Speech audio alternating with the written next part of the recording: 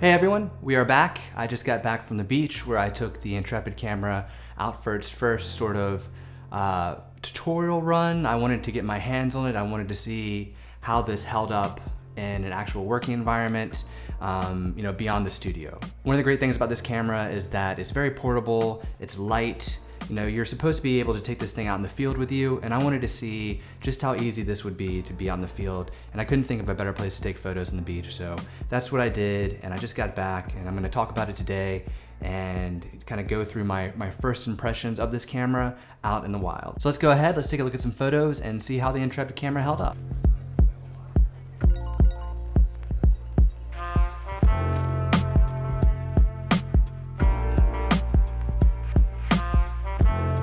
One of the best things about this camera is just how light and compact it is. I mean, this thing is pretty small, but it fits into my bag. I was worried about that because when I shot 4x5 before in college, we had this huge, giant plastic case that we had to lug around that had the camera in it, and it was a nightmare. I mean, I could hardly take photos out in the field. I had to carry everything with me. Like, this thing was huge. I used it to sit down, basically. Like, it was like a bench that we had to carry around. So I was really kind of enamored with this idea of something that I could kind of take with me, put in my bag, and take it out in the field. And that's what I did. I mean, I packed it up in the same camera bag that I used for all my other cameras, and it fit wonderfully. I mean, it fit so good in there that I actually had room for an extra 35mm and a 120 to take with me too. So just how compact and light it is was huge, because when I'm out there, especially when you're on the beach and it's sandy everywhere, you don't want to be lugging around all this gear with you. So I had my bag, I had my tripod, and that was it. That was all I needed to take some photos, and I can't stress how great that was. Just how great it was. I mean, it allowed me to take the photos that I wanted to take without worrying about carrying around all this equipment. So that was huge. You can kind of set it up with relative ease. There's really not a lot to it. The only thing, because I haven't shot a lot of 4x5 before, so the only thing that was difficult for me was just kind of keeping everything in mind as I was setting up the camera, as I was getting the film ready. Thankfully, I had my family stand in for the models for me, so I could kind of really think about my setup. I didn't have to worry about boring them, but it did take a little bit of getting used to, just thinking about everything that I had to hook up, making sure everything was kind of zeroed out. I mean, I haven't even tried any movements yet because I really wanted to get used to the camera. I really wanted to be comfortable with the camera before I tried any movements. And after about two batches of film, I can safely say that I do feel really comfortable with this camera. It's really easy to shoot with.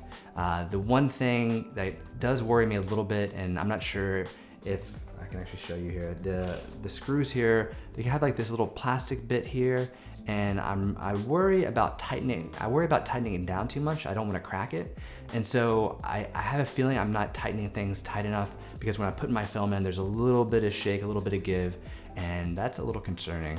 But I'm gonna try and tighten it down on the next go around to make sure that everything's kind of zeroed out, and I don't have any shutter, and I don't have any stutter or anything.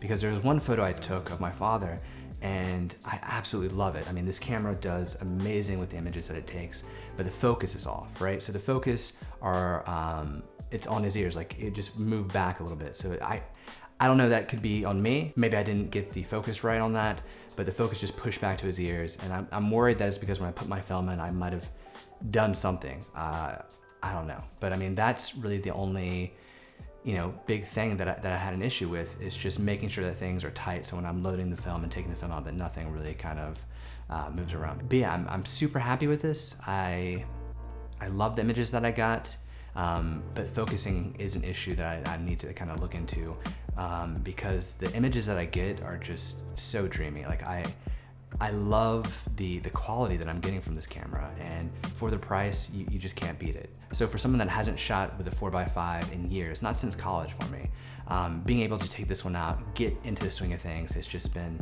so wonderful. So if you're looking to get into the 4x5 world, I can't recommend the Intrepid camera enough. It's it's everything I wanted and more. It really is. I really can't say enough good things about it. I'm looking forward to taking it back out.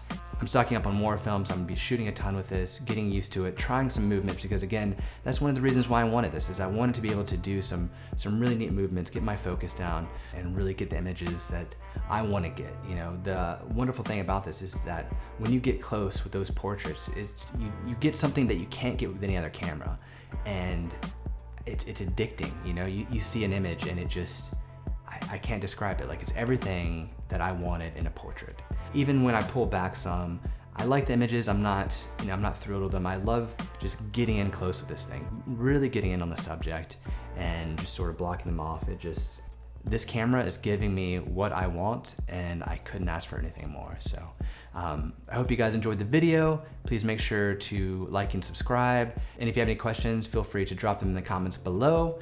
And I just wanted to thank you guys for tuning in. Thank you for commenting. Thank you for watching. It really means a lot. And until next time, guys, remember, the darkroom isn't dead.